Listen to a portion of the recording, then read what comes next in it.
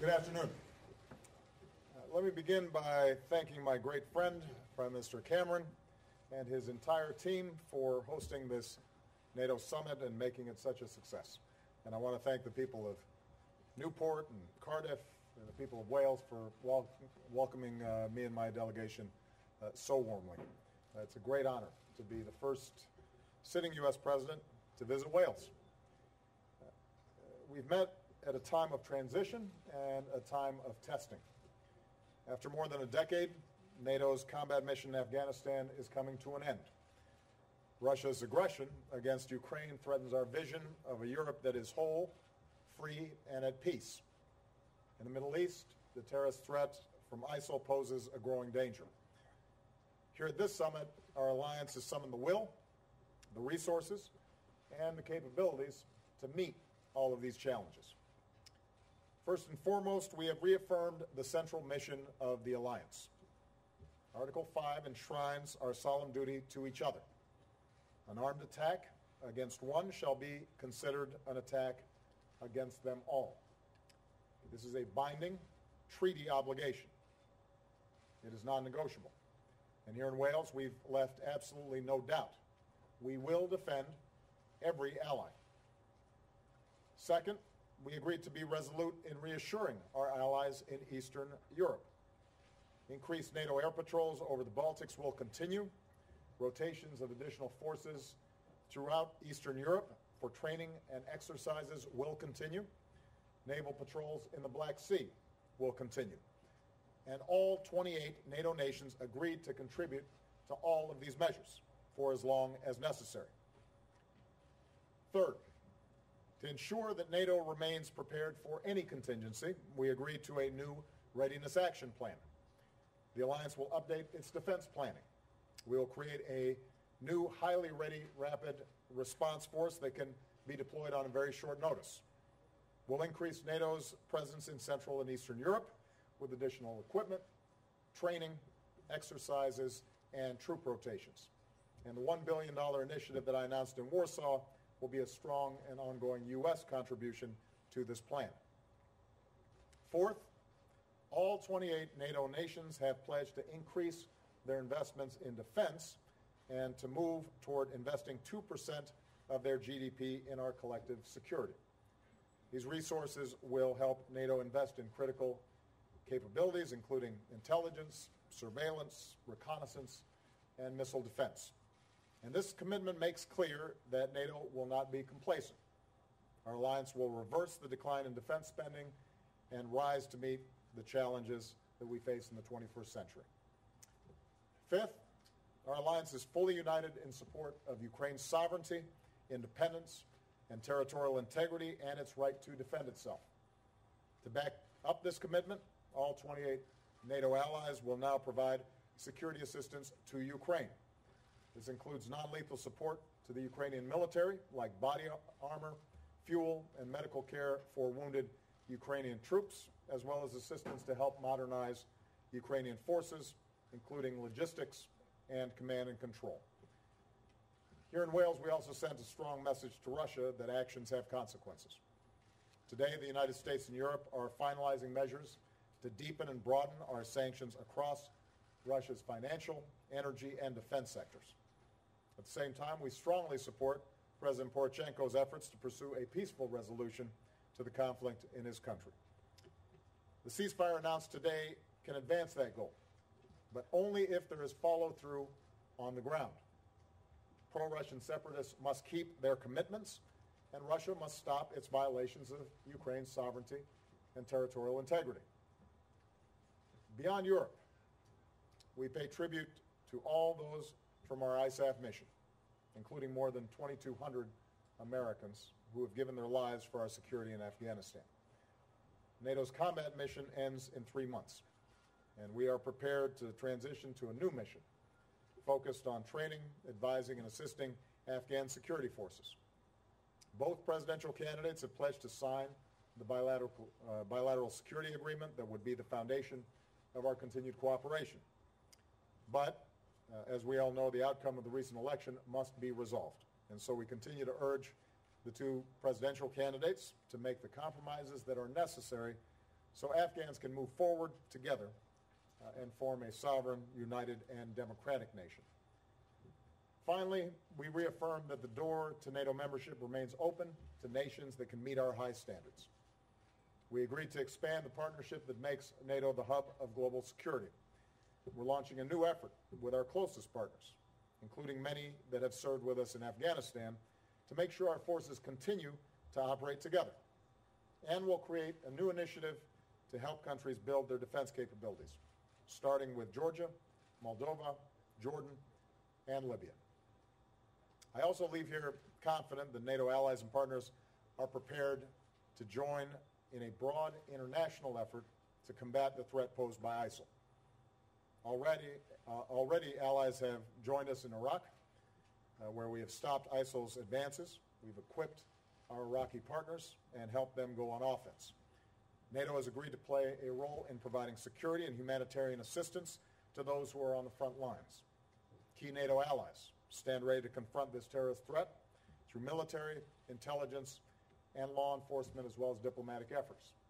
And Secretary Kerry will now travel to the region to continue building the broad-based coalition that will enable us to degrade and ultimately destroy ISIL. So taken together, I think the progress we've achieved in Wales makes it clear that our alliance will continue to do whatever is necessary to ensure our collective defense and to protect our citizens. So with that, let me take a few questions. I'll start with Julie Pace of Associated Press. Thank you, Mr. President. I wanted to go back to the situation in Ukraine. If this ceasefire does take effect and appears to be holding, would you and your European counterparts back away from these sanctions that you say you've prepared, or do you feel that it's important to levy these sanctions regardless of this ceasefire agreement? And if I could go back to the Rapid Response Force, can you say specifically what U.S. contributions will be in terms of troop numbers and equipment? Is it beyond the agreement that you announced, or the proposal you announced in Warsaw? With respect to the ceasefire agreement, obviously we are hopeful, but based on past experience, also skeptical that, in fact, the separatists will follow through and the Russians will stop violating Ukraine's sovereignty and territorial integrity. So it has to be tested. And I know that the Europeans are discussing at this point the final shape of their sanctions measures. It's my view that if you look at President Poroshenko's plan, it is going to take some time to implement. And as a consequence, for us to move forward based on what is currently happening on the ground with sanctions, while acknowledging that if, in fact, the elements of the plan that has been signed are implemented, then those sanctions could be lifted, is a more likely way for us to ensure that there's follow-through. But that's something that obviously we'll consult closely with our European partners to determine. I do want to point out, though, that the only reason that we're seeing this ceasefire at this moment is because of both the sanctions that have already been applied and the threat of further sanctions, which are having a real impact on the Russian economy and have isolated Russia in a way that we have not seen in a very long time. The path for Russia to rejoin the community of nations that respects international law is still there. And we encourage President Putin to take it. But the unity and the firmness that we've seen in the transatlantic alliance in supporting Ukraine and applying sanctions has been, I think, a testimony to how seriously people take the basic principle that big countries can't just stomp on little countries or force them to change their policies and give up their sovereignty. So I'm very pleased with the kind of work that's been done throughout this crisis in Ukraine, and I think U.S. leadership has been critical throughout that process. With respect to the Rapid Response Forces and the Readiness Action Plan that we put forward, in Warsaw I announced $1 billion in our initiative. A sizable portion of that will be devoted to implementing various aspects of this readiness action plan. We've already increased, obviously, rotations of personnel in the Baltic states, for example. We have the air policing, we have the activities that are taking place in the Baltic and the Black Sea, but this allows us to supplement it. It allows us to coordinate it and integrate it further with additional contributions from other partners. And what it signifies is NATO's recognition that in light of recent Russian actions as well as rhetoric, we want to make it crystal clear. We mean what we say when we're talking about our Article 5 commitments, and an increased presence serves as the most effective deterrent to any additional Russian aggression that we might see. Angela Keene, Bloomberg. Thank you, Mr. President. What are your specific expectations for what regional actors like Saudi Arabia, Yemen, and Jordan can legitimately provide to a coalition against Islamic State? Is there a role there for Iran as well? As you know, Secretary Kerry today said that he expects the allied countries to coalesce around a specific plan by the end of September. Do you agree with the timeline that he set out? And what concrete commitments, if any, are you leaving this summit with from the other nations that were here? Let me start with a general point. There was unanimity over the last 2 days that ISIL poses a significant threat to NATO members. And there was a recognition that we have to take action. I did not get any resistance or pushback to the basic notion that we have a critical role to play in rolling back this savage organization that is causing so much chaos in the region and is harming so many people and poses a long-term threat to the safety and security of NATO members.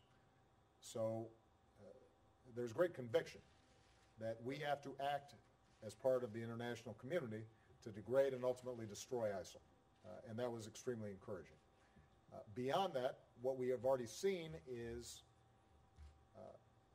significant support from a variety of member states for specific actions that we've been taking in Iraq. Keep in mind, we've taken already 100 strikes in Iraq that have had a significant impact on degrading their capabilities and making sure that we're protecting U.S. citizens, critical infrastructure, providing the space for the Iraqi government to form. Our hope is that the Iraqi government is actually formed and finalized next week. That then allows us to work with them on a broader strategy. And some of the assistance has been in the form of airlift or humanitarian assistance. Much of it has been providing additional arms to the Peshmerga and the Iraqi security forces. There's been logistical support, intelligence and surveillance and reconnaissance support. And so a variety of folks with different capabilities have already made a contribution. I'm confident that we're going to be able to build on that strong foundation and the clear commitment and have the kind of coalition that will be required for the sustained effort we need to push ISIL back. Now, John Kerry is going to be traveling the region to have further consultations with the regional actors and the regional players. And I think it is absolutely critical that we have Arab states and specifically Sunni majority states that are rejecting the kind of extremist nihilism that we're seeing out of ISIL, that say that is not what Islam is about, and are prepared to join us actively in the fight. My expectation is that we will see friends and allies and partners of ours in the region prepared to take action as well as part of a coalition. One of our tasks, though, is also going to be to build capability. Well, what we've learned in Iraq is, yes, ISIL has significant capabilities, and they combine terrorist tactics with traditional military tactics to significant effect. But part of the problem also is that we haven't seen as effective a fighting force on the part of the Iraqi security forces as we need. And we're going to have to focus on the capable units that are already there, bolster them, bolster the work that the Peshmerga's done. We can support them from the air, but ultimately we're going to need a strong ground game, and we're also going to need the Sunni tribes in many of these areas to recognize that their future is not with the kind of fanaticism that ISIL represents, so that they start taking the fight to ISIL as well. And that's going to require the sort of regional partnerships that we're talking about. In terms of timetable, we are working deliberately. If you look at what we've done over the last several months, we've taken this in stages. First stage is to make sure that we were encouraging Iraqi government formation. Second stage was making sure that, building on the intelligence assessments that we had done, that we were in a position to conduct limited airstrikes to protect our personnel, critical infrastructure, and engage in humanitarian activities.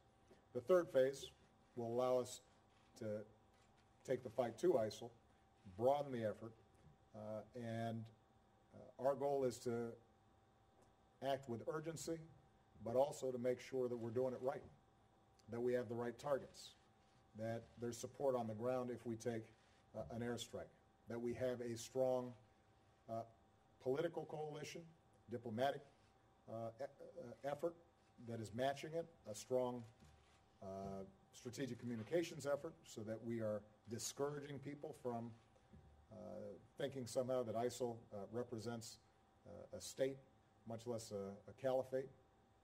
So all those things are going to have to be combined. And as I said, it's not going to happen overnight, but we are steadily moving in the right direction, and we are going to achieve our goal. We are going to degrade and ultimately defeat ISIL, the same way that we have gone after al-Qaeda, the same way that we have gone after the al-Qaeda affiliate in Somalia, where we released today the fact that we had killed the leader of al-Shabaab in Somalia and have consistently worked to degrade their operations.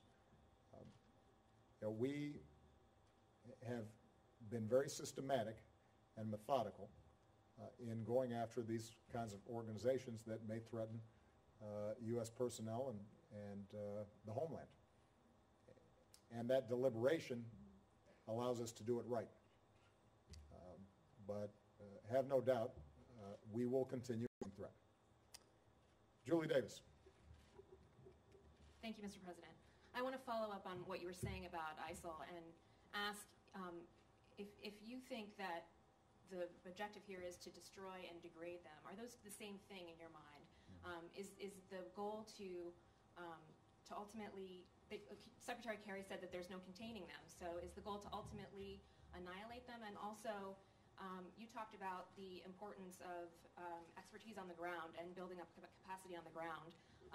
Do you think, since airstrikes are not going to do it here, if ultimately action is needed in Syria, can you realistically expect the Free Syrian Army to do what's needed on the ground? Running roughshod through that much territory, causing that much havoc, displacing that many people,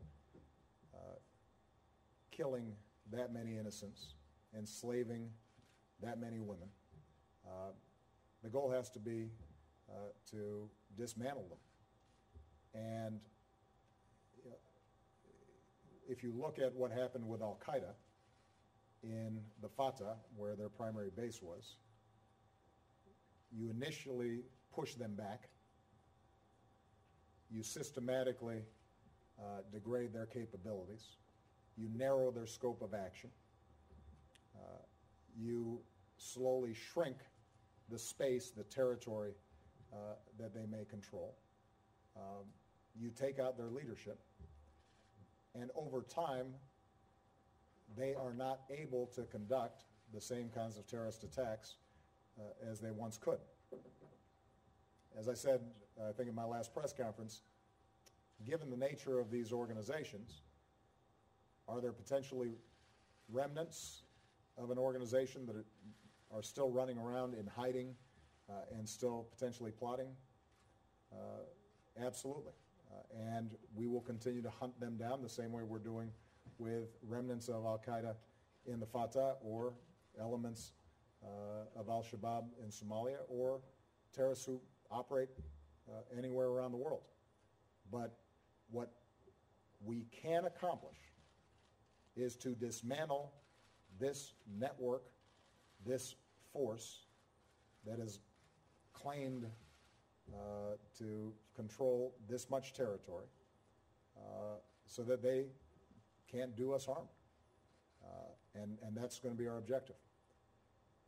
And as I said before, I'm pleased to see that there's unanimity among our friends and allies that that is a worthy goal, and they are prepared to work with us in accomplishing that goal. With respect to the situation on the ground in Syria, we will not be placing U.S.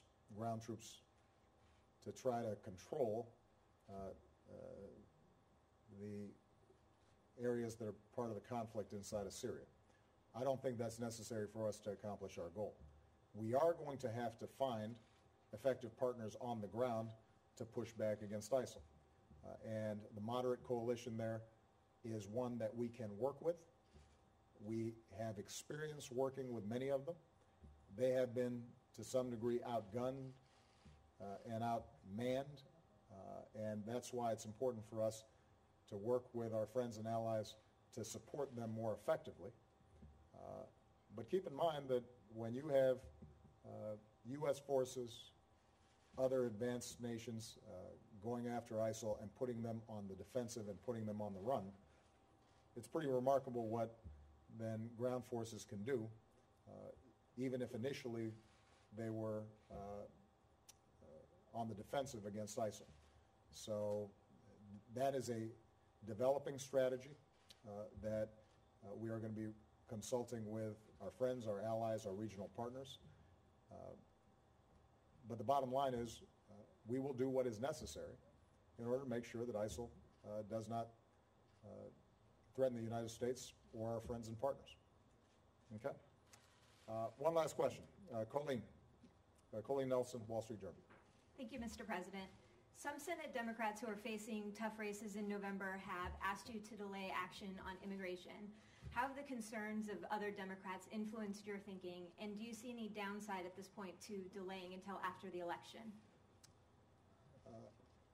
I have to tell you that this week I've been pretty busy, focused on Ukraine and focused on ISIL and focused on making sure that NATO is boosting its commitments and following through on what's necessary to meet 21st century challenges. Jay Johnson and Eric Holder have begun to provide me some of their proposals and recommendations. I'll be reviewing them, and my expectation is that fairly soon I'll be considering what the next steps are. What I'm unequivocal about is that we need immigration reform, that my overriding preference is to see Congress act. We had bipartisan action in the Senate. The House Republicans have sat on it for over a year. That has damaged the economy. It has held America back. It is a mistake. And in the absence of congressional action, I intend to take action to make sure that we're putting more resources on the border, that we're upgrading how we process these cases, and that we find a way to encourage legal immigration and give people some path so that they can start paying taxes and pay a fine and learn English and be able to not look over their shoulder, but be legal since they've been living here for quite some time.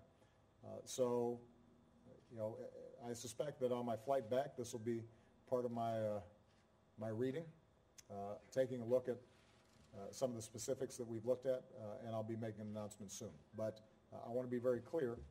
My intention is, in the absence of action by Congress, I'm going to do what I can do within the legal constraints of my office, because it's the right thing to do for the country. All right? Thank you very much, people of Wales. I had a wonderful time.